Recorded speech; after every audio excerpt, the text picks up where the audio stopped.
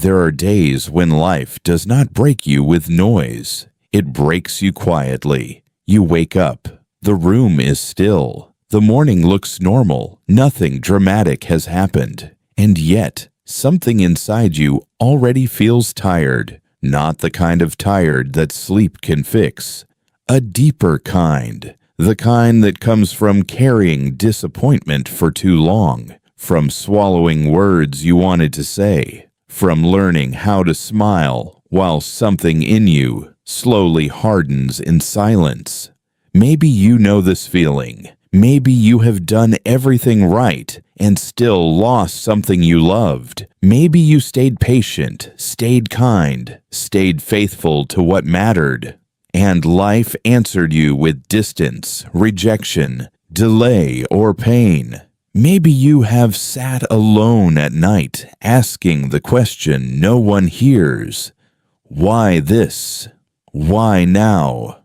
Why this road? When I was already trying so hard to endure the last one. And perhaps the hardest part is not the suffering itself. It is the feeling that your suffering has no meaning, that what happened to you should not have happened, that your fate made a mistake, that somewhere, somehow, life handed you the wrong story. Have you ever looked back at a wound in your life and thought, I could accept anything except that? Have you ever carried a memory so heavy that even in silence it still speaks? Have you ever become so used to enduring that no one can tell how much pain you hold behind your calm face? If you have, then you are not weak, you are not failing, and you are not alone in this inner battle. Some pains do not ask for tears, they ask for endurance.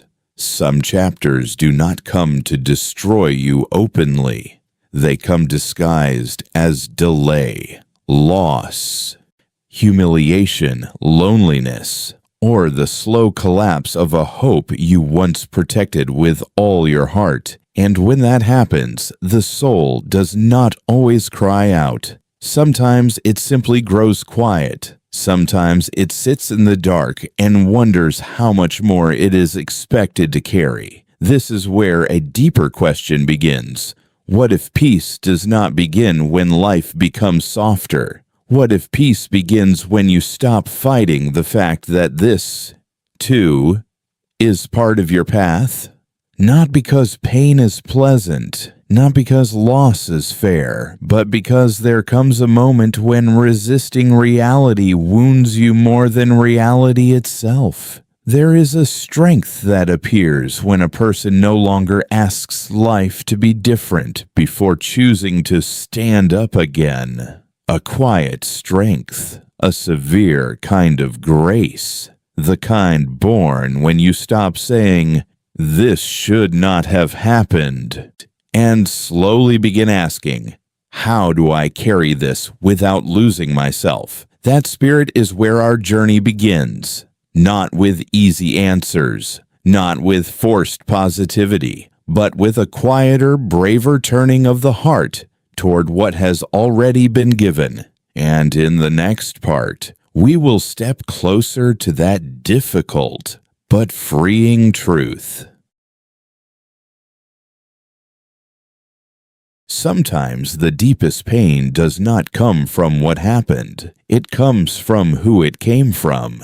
A stranger can speak carelessly and we move on. But when the wound comes through the voice of a parent, a partner, a friend, or someone we trusted, it reaches much farther inside. It touches the part of us that wanted safety, the part that hoped to be seen clearly. And that is why even a small sentence can remain in the heart for years. Not because the words were always true, but because they landed where we were most human.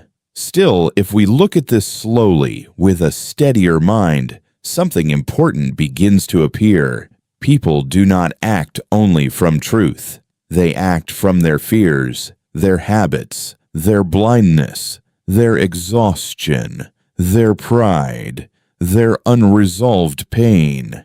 What they give to others often passes first through the condition of their own inner life. A harsh person may speak from confusion and call it honesty. A distant person may withhold warmth because they themselves have never learned how to hold it. A person full of resentment may turn another human being into a target simply because they do not know what to do with the heaviness inside them. This does not make harmful behavior right. It does not ask you to excuse cruelty, betrayal, or neglect, but it does ask you to see clearly, because the moment you believe that every wound given to you is a final statement about your worth, you begin carrying more pain than the event itself. You begin turning another person's limitations into your identity, and often that is not what the wound truly is. A father who speaks with coldness may not be revealing your lack of value. He may be revealing a life spent suppressing tenderness until he no longer knows how to show it. A mother who compares you to others may not be measuring your soul accurately. She may be speaking through fear, through social pressure, through a lifelong belief that love must come dressed as correction. A friend who disappears when you are struggling may not be proving that you are unlovable. They may be showing that their loyalty only survives in comfort, not in difficulty. A partner who insults you in anger may not be uncovering your weakness. They may be exposing their own lack of discipline, their own inability to govern emotion before it spills onto someone else. This is one of the quieter but stronger insights in the Stoic spirit. Human behavior is shaped by inner judgment. People do what seems right, useful, necessary, or justified in their present state of awareness, even when they are unfair, even when they are selfish, even when they wound others. They move according to what their mind has accepted, what their character has practiced, and what their inner disorder has left unexamined. So when someone acts with pettiness, contempt, jealousy, or indifference, that action tells you something real, but first, it tells you something about them. You can see this everywhere in ordinary life. In a family, one child is praised, while another is constantly criticized. The criticized child may grow up believing, "I was less worthy." But sometimes the truth is different. Sometimes that child was simply the one who stood in front of unresolved frustration. Generational pressure or emotional immaturity. In friendship, one person becomes the listener, the giver, the one who understands everyone else. And yet, when that same person falls apart, the room becomes strangely quiet. It is easy then to think, I mattered less than I thought. But maybe the silence around them reveals not their lack of worth, but how few people have truly learned the courage of mutual care. In society, people judge quickly. They mock weakness, reward appearances, and speak with certainty about lives they do not understand. But what looks like confidence is often insecurity wearing a sharper face. When seen this way, another person's behavior begins to lose some of its false authority. Not all of it. Pain is still pain. Disrespect still lands. Betrayal still leaves its mark. But the meaning starts to shift. Their action may have affected your life, but it does not automatically define your value. Their blindness is not proof that you were unworthy of being seen. Their lack of restraint is not proof that you deserve to be wounded. Their failure to love well is not proof that you were difficult to love. And yet knowing this is not the same as being free from hurt. because the mind may understand one thing while the heart continues to feel another. We may clearly see that someone acted from their own confusion, their own damaged way of seeing, their own inner chaos, and still feel pierced by what they said, by what they withheld, by what they broke in us without seeming to notice. So the question remains, quietly waiting beneath all this understanding. If their actions reflect their perception, not our value, then why do we still hurt so deeply? The painful part is not always the moment itself. Sometimes the sharpest pain begins after, in the silence, in the replay, in the quiet place where the mind returns to what was said, what was done, what was taken, and asks a question it cannot stop asking. Why did this affect me so deeply? At first, it seems simple. Someone hurt you, so you suffer. Someone betrayed your trust, ignored your presence, spoke to you without care, or withdrew love when you needed it most. Of course it hurts. That part is human. Immediate feeling rises before thought can organize it. The chest tightens, the throat closes, the mind becomes noisy. Stoic thought never asks a person to pretend this does not happen. It does not ask the heart to become stone. It only looks more carefully at what happens next, because the wound is rarely made of one thing alone.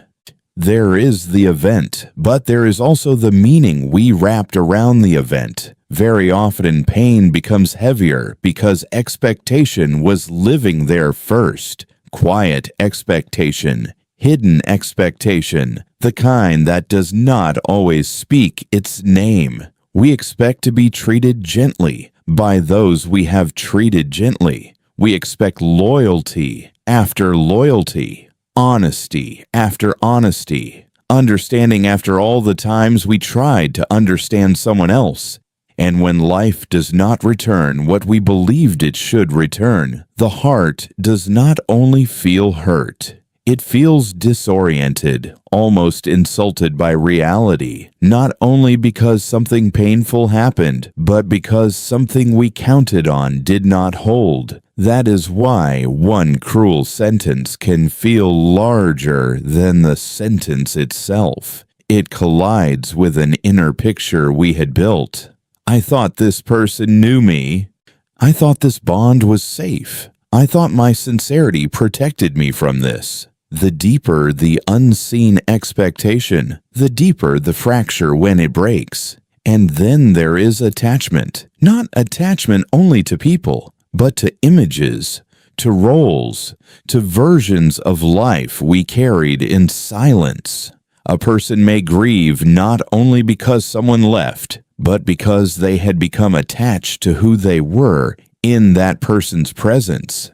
Someone may ache not only because they were rejected, but because they had tied their sense of worth to being chosen. Someone may struggle for years over a single disappointment because they were never holding just a moment. They were holding a whole imagined future. This is why pain can feel so confusing.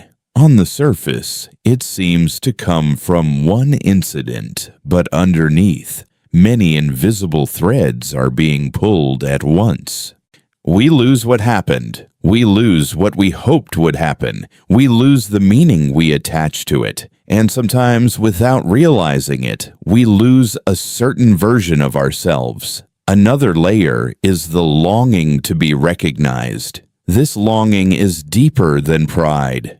It begins early, to be seen, to be understood without having to defend every feeling, to be met with fairness, to feel that one's sincerity, effort, tenderness, and endurance are noticed by someone beyond oneself. So when injury comes, it often awakens an older ache, not just, this person hurt me, but, once again, I was not seen correctly. Once again, what I carried inside was missed, reduced, or dismissed. That is why some wounds echo longer than others. They touch an unhealed hunger, the hunger to be acknowledged, the hunger to be valued without having to prove value, the hunger to feel that our pain matters in the eyes of another human being. And when that hunger is strong, emotion easily takes the throne. Not because emotion is wrong, but because emotion speaks first, and with urgency. It tells a quick story. It says, this pain is the whole truth. It says, react now. Protect yourself now. Withdraw, accuse, cling, collapse, explain, chase, harden. Emotion is real, but it is not always wise.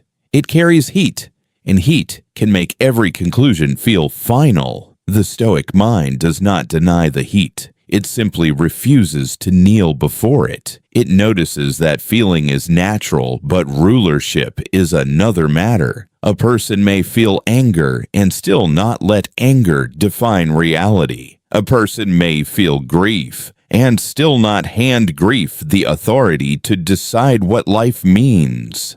A person may feel abandoned and still hesitate before concluding that they are unworthy. This is not emotional suppression. It is a quieter kind of inner order, a refusal to let the first wave become the final judge, because emotion, left alone, tends to join itself with interpretation. Hurt becomes proof. Silence becomes rejection. Delay becomes neglect. Criticism becomes identity. The mind in pain often wants to turn moments into verdicts, and once it does, suffering deepens. Not only are we wounded, but we begin living inside the wound's explanation. This is why two people can experience the same insult and carry it differently. The difference is not always toughness. Sometimes it is the invisible structure beneath the feeling. One person feels pain, then slowly sees it. Another feels pain, and immediately becomes possessed by its meaning. One says, "This hurt me." The other, often without words, feels, "This reveals what I am worth." There lies the true burden, not emotion itself, but fusion with emotion. Not the first ache, but the surrender of judgment to the ache. So when a human being suffers after being hurt, it is rarely because feeling exists. It is because expectation was there, attachment was there, a quiet desire for recognition was there, and once the wound appeared, feeling rushed in and tried to speak for all of reality. That is why Stoic thought remains gentle but firm. It does not shame sorrow. It does not mock tenderness. It does not ask a wounded person to become cold. It only keeps watch over one essential boundary. Feel what rises, but do not let what rises become your master. And perhaps that is where the real work begins. Not in denying the pain, not in dramatizing it, but in sitting beside it long enough to see what within us gave it so much power. There is a quieter way to live with hurt, not a way that makes human pain disappear, not a way that turns the heart into stone, but a way that gives a person somewhere steady to stand when another person's words, moods, or actions begin to press against the mind. It often begins with a very simple distinction. There is what belongs to your inner life, and there is what does not. Another person's tone does not fully belong to you. Their misunderstanding does not fully belong to you. Their delay, their coldness, their restless opinion, their shifting approval, these move around you and sometimes through you, but they are not the deepest center of you. The Stoic spirit returns to this again and again, not as a slogan, but as a practice of relief. Imagine a woman in her own home speaking gently. trying to explain herself to someone in the family who has already decided not to listen. She notices the familiar pull inside her, the urge to make them understand, the urge to correct every unfair assumption, the urge to keep speaking until her innocence is finally recognized. But little by little, the scene teaches something difficult and useful. Understanding cannot be forced into another person's mind. Calm can be guarded in one's own. The moment changes when she stops trying to control their conclusion and begins protecting the clarity of her own response. She does not become cold. She does not become weak. She simply chooses not to hand her inner weather over to someone else's confusion. This is one of the first practical movements. To ask in the middle of pain, what is still mine to govern here? Not the other person's character, not their memory, not their level of maturity, but my pace, my tone, my interpretation, my next step. A man at work may discover this in a different form. He gives his best effort to something important. Later, the recognition goes elsewhere. Someone louder is praised. Someone more visible is rewarded. His first reaction is quiet bitterness. It rises almost instantly. Yet if he looks carefully, he sees two struggles unfolding at once. One is the disappointment of being overlooked. The other is the temptation to let another person's approval decide the worth of his effort. The Stoic principle here is not that recognition means nothing. It is that inner stability becomes fragile when tied too tightly to what is distributed by other hands. So he returns as best he can to the part that remains clean, the quality of his work, the discipline of his conduct, the condition of his own mind. In that return there is dignity, not noisy dignity, a steadier kind. Another principle grows from learning to pause before adding meaning too quickly. A friend does not reply. A loved one becomes distant. A familiar warmth disappears from the room. In these moments, the mind often moves faster than truth. It fills the silence with judgment. I am being rejected. I no longer matter. Something is wrong with me. But the Stoic habit is to place a little space between the event and the conclusion, not to deny what may be painful, but to avoid becoming a servant to the first explanation that appears. Sometimes distance means rejection. Sometimes it means exhaustion, confusion, private struggle, or a burden that has nothing to do with you.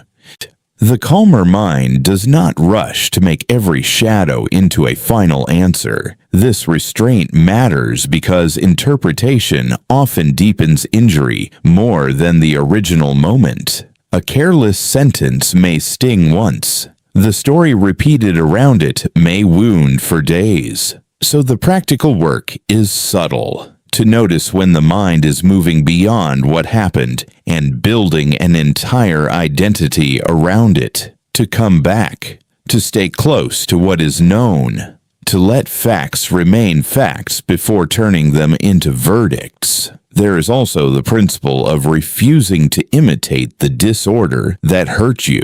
This can appear in ordinary relationships more often than people admit. Someone speaks with disrespect, and the easiest response is to return it in a sharper form. Someone becomes manipulative, and the temptation is to answer with cold strategy. Someone withdraws affection, and the impulse is to punish them with silence. But there is a hidden cost in this. When the inner life begins copying the very confusion it suffers from, the wound enters deeper. The external injury becomes internal style. A younger brother, for example, may grow up under constant criticism. Years later, he notices that he now speaks to himself in the same voice that once heard him. That is the moment the Stoic lesson becomes very intimate. The work is no longer only about enduring another person's behavior. It is about refusing to let that behavior become your own governing language. He may still remember the old tone. He may still feel its pressure, but he becomes careful about what kind of presence he allows inside himself. Another practical principle is to return from the abstract to the immediate. Pain expands when the mind wanders too far ahead or too far behind. A single conflict becomes a whole imagined future. One betrayal becomes a permanent belief about all relationships. One humiliation becomes a lifelong identity. The Stoic mind gently reduces the scale, not forever, just enough to breathe. What is required of me in this hour? What is the next honest thing? What part of today can still be lived well? A person sitting alone after an argument may not be able to solve the relationship in one night, but perhaps they can keep one evening from turning into inner chaos. Perhaps they can sit without sending the message that will worsen things. Perhaps they can rest before deciding. Perhaps they can choose not to feed the wound with 10 more imagined scenes. This sounds small, but often peace returns through smaller gates than people expect. And beneath all these movements is one quiet insistence. Inner control is not the control of emotion, as if one could command the heart never to ache. It is the care of one's responses, one's judgments, one's chosen posture toward what cannot be fully arranged from the outside. The Stoic path does not ask you to master other people. It asks whether, when other people are unstable, you can remain a little less ruled from within. That is why the practice feels human, not severe. It leaves room for sadness, room for disappointment, room for silence. But within that room, it preserves something essential. A center that does not need every person to be fair in order to stay clear. A mind that does not need every outcome to be pleasing in order to remain balanced.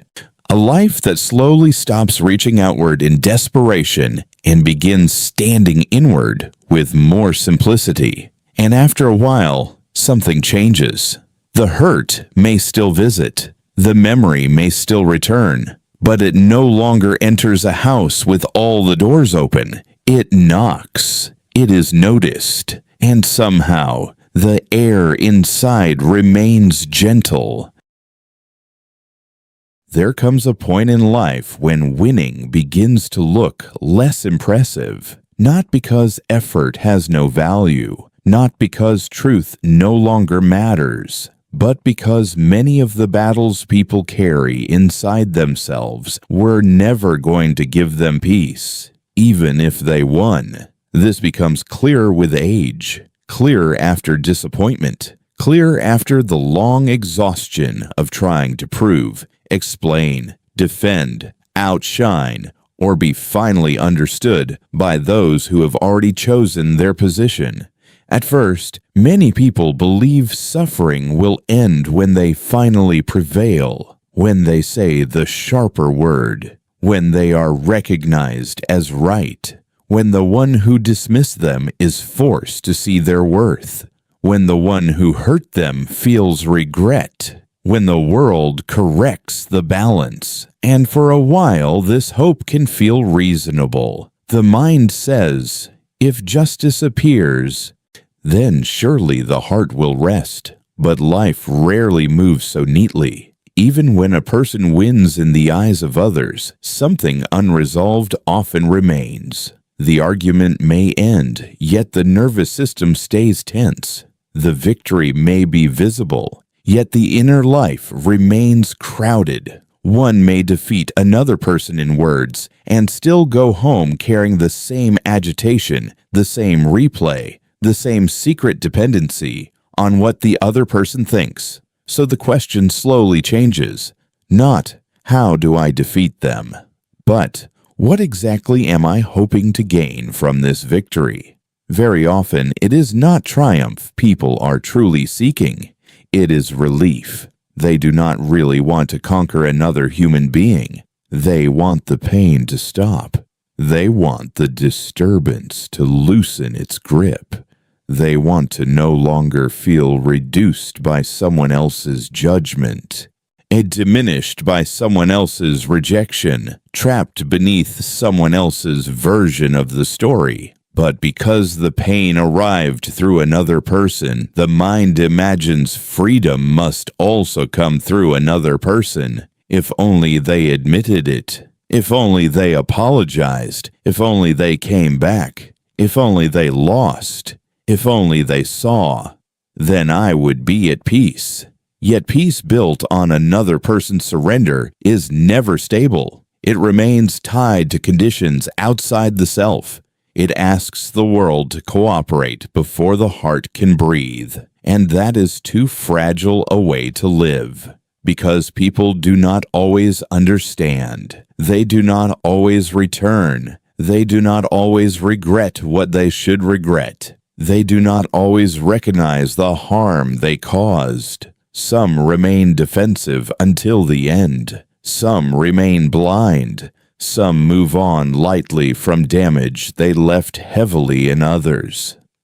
If your peace depends on their awakening, then your life remains quietly chained to their limitations. This is why the Stoic spirit does not place its deepest hope in winning over others. It sees that there are two very different kinds of victory. One is external. It can be seen, measured, admired. It may look like proving a point, gaining status, receiving apology, overcoming opposition, being publicly validated, being declared right. The other is inward. It is less dramatic. It may not impress anyone. It may even be mistaken for silence or surrender by those who do not understand it. But this second victory is harder and, in the end, more liberating. It is the ability to remain inwardly undivided, to not let insult reorganize your character, to not let resentment become your daily climate,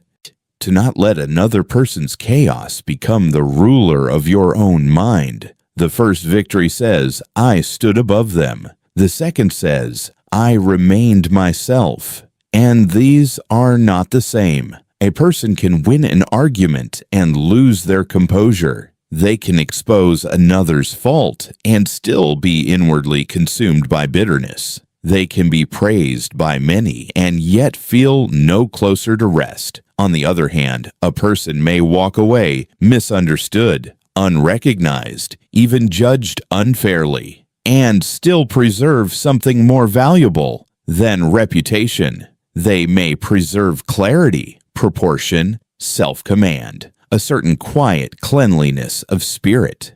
That is not weakness. It is not passivity. It is not the collapse of standards. It is the refusal to spend one's inner life on contests that do not deserve that price. Sometimes this becomes most visible in small human scenes.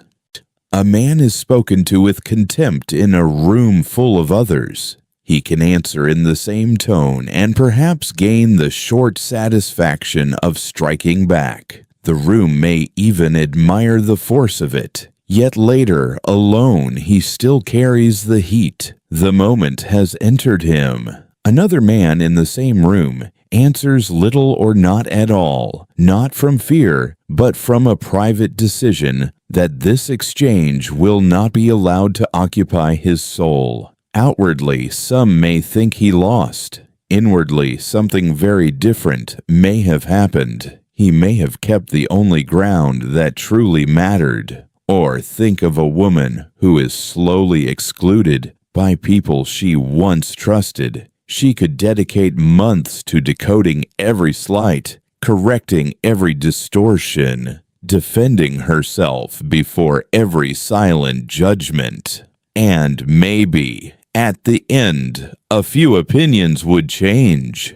But what would happen to her inner life during that struggle? How much of her peace would be spent buying partial understanding from unstable minds? There comes a moment when maturity asks a more difficult question. Must every misunderstanding be chased? Must every false image be repaired? Must every wound be answered in public before the self is allowed to heal? Often the answer becomes quieter with time.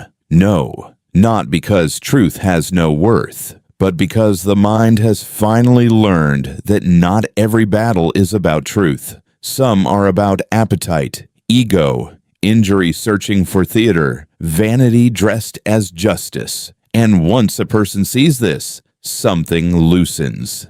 They begin to understand that they do not need to defeat every accusation, outrun every comparison, or stand above every rival in order to live with dignity.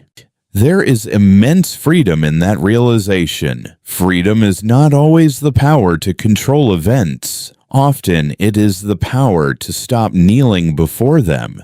It is the ability to let someone else misread you without rearranging your entire inner life around being corrected. It is the ability to let someone else keep their noise while you keep your center. It is the ability to no longer measure your well-being by whether others have been persuaded, humbled, or brought back around to your side. This kind of freedom is deeply private. No audience can fully confirm it. No applause can create it. No argument can substitute for it. It grows when a person finally sees that peace and superiority have nothing to do with each other. One can feel superior and still be restless. One can be ignored and still be inwardly free. One can leave without the last word and yet carry the deepest form of completion. That is why Stoic strength does not crave conquest. It seeks a mind that is no longer easily captured, a heart that can remain open without becoming dependent, a self that can move through friction without turning life into endless resistance. It does not need to stand on top of others because it has discovered something steadier than elevation. It has discovered sufficiency. And perhaps this is what maturity finally looks like. Not becoming harder than everyone around you. Not becoming untouchable. Not winning every test of pride. But becoming less available to the games that once consumed your spirit. Becoming less interested in domination and more devoted to inner alignment. Becoming able to leave some doors unopened. Some words unanswered, some victories unclaimed, because you have seen how expensive they really are. Then the road changes. You no longer walk as someone trying to prove they deserve space in the world. You walk as someone who has stopped bargaining for permission to be at peace. And there is a strange lightness in that, a noble kind of release, as if, after years of struggling in crowded rooms, you step at last onto a quiet road at dusk, and, without anger, without urgency, without needing to turn back, you simply continue toward the far line of light. In the end, life does not always become easier. People still misunderstand. Some still leave. Some wounds stay longer than we expected. Some memories return without warning. And the heart, even when quieter, still remembers where it was once touched. But something changes. Not outside first. Inside. A person who has suffered deeply often spends years trying to rearrange the world, trying to be treated fairly, trying to be chosen, trying to be understood without pain, trying to escape what has already happened, and slowly, almost invisibly, another way begins to appear. Not a louder way, a calmer one. You begin to see that peace does not come from having power over every event. It comes from no longer giving every event power over you. You begin to notice that not every loss is a punishment. Not every silence is a verdict. Not every pain is meant to destroy what is good in you. Some things arrive to reveal where you are still tied. Some people reveal where you are still fragile. Some disappointments show you how much of your life was resting in places that could never truly hold it. And that seeing is not bitter, not when it ripens. It becomes clear, almost clean. Then the way you move through life becomes different. You do not stop feeling. You do not stop caring. You do not become distant from the world. You simply stop asking the world to behave perfectly before you allow yourself to be inwardly steady. You stop chasing every explanation. You stop feeding every wound with endless thought. You stop measuring your worth by how others respond to your sincerity. You stop making a home inside every sorrow. This is not because your heart has become smaller. It is because it has become quieter, wider, less frightened by what it cannot control. There is a kind of dignity in that, a very silent dignity. It does not announce itself. It does not need to be admired. It lives in simple moments, in the breath you take before answering, in the insult you do not carry for 3 more days, in the memory that returns but no longer rules the room, in the disappointment that still hurts but no longer defines the meaning of your life. And over time, this changes the atmosphere of the soul. What once caused panic now causes reflection. What once caused bitterness now causes distance. What once caused collapse now causes a deeper kind of stillness, not because the pain was unreal, but because you no longer build your identity around being wounded. That may be the quiet heart of it all, to live without pretending, to feel without drowning, to endure without becoming hard, to lose without losing yourself, to stand in reality as it is, and remain inwardly unbroken. Perhaps that is why this path feels so human. It does not promise a perfect life. It does not flatter pain. It does not ask for performance.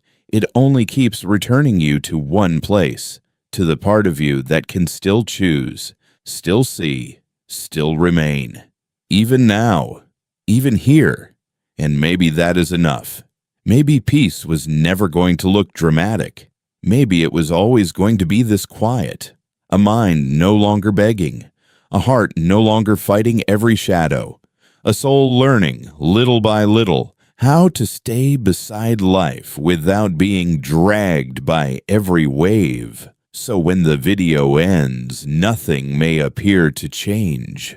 The room will still be the room. The night will still be the night. Your unfinished pain may still be waiting in some corner of you, but perhaps you will sit with it differently, less as an enemy, less as a sentence, less as proof that life has turned against you, and more as something you have looked at honestly, something you no longer need to run from, something that, in being faced quietly, has already begun to lose a little of its power. That is how many real changes begin. Not with noise, not with certainty, not with a final answer, just with a softer grip, a clearer gaze, a steadier inner step. And then, one day, you realize the storm did not end. You just stopped calling it your home.